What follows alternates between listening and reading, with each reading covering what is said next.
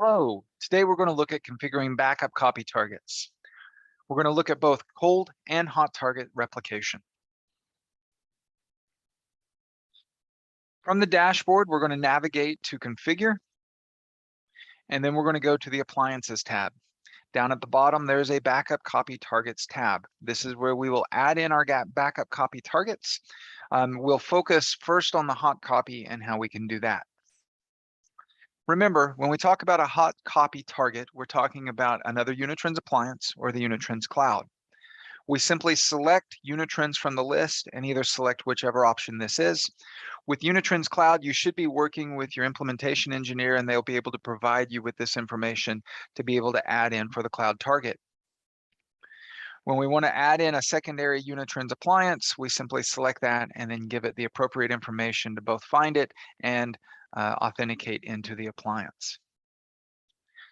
When we talk about cold target replication, we're talking about archive copies. And so there are a number of things that are supported here for this. The first of which would be utilizing a USB or an eSATA attached RxDA archiving device. So to do this, I'm actually going to jump right into the admin guide. I'm here under the section underneath backup copy targets. You'll notice that there is an entire section on eSATA and USB. It's worth noting here that there is not a specific section, nor does it call out the RxDA. However, the RxDA is a 4-bay eSATA disk dock that utilizes the cable provided by Unitrends to connect to the SAS adapter on the back of the appliance. So what we're going to do is follow these instructions.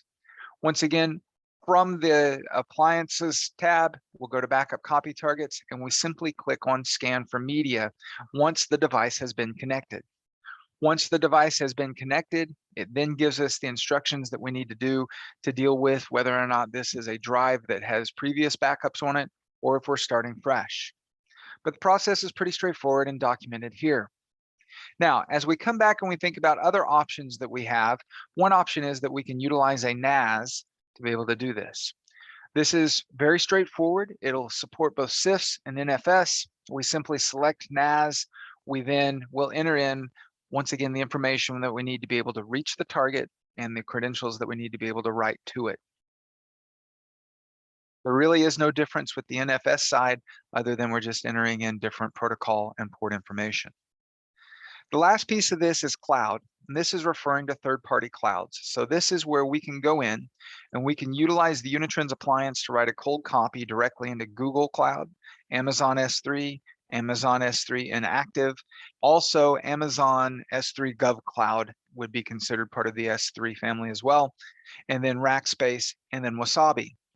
If you're not familiar with these clouds, they are all a cloud-based bucket of storage that you would then take care of providing and bringing to the table for your installation. These range in price and availability, but they're definitely worth exploring, particularly when you're looking at maintaining yearly copies for many years.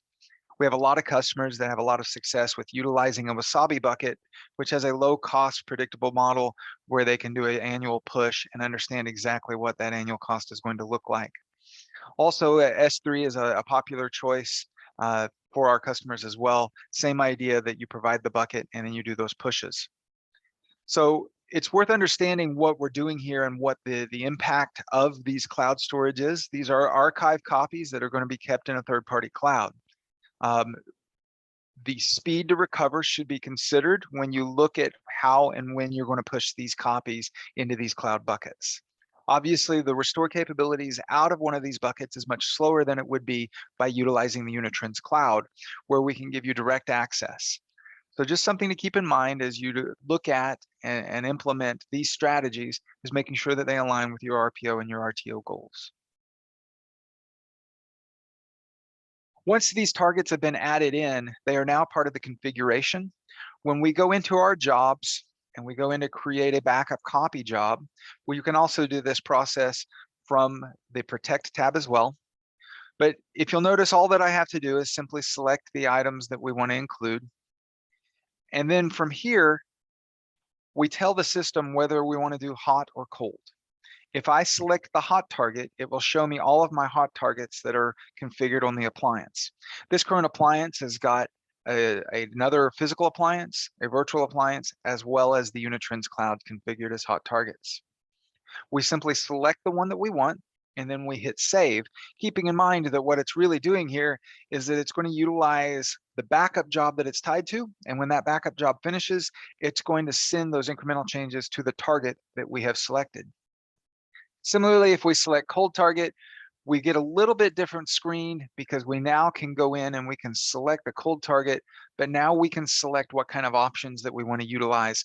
This is covered a little bit further in the backup copy section previously in this chapter, but from here, you do have the ability to choose your calendar, your schedule, and then define how this data is going to be pushed into those clouds that we have defined, or those disks as well.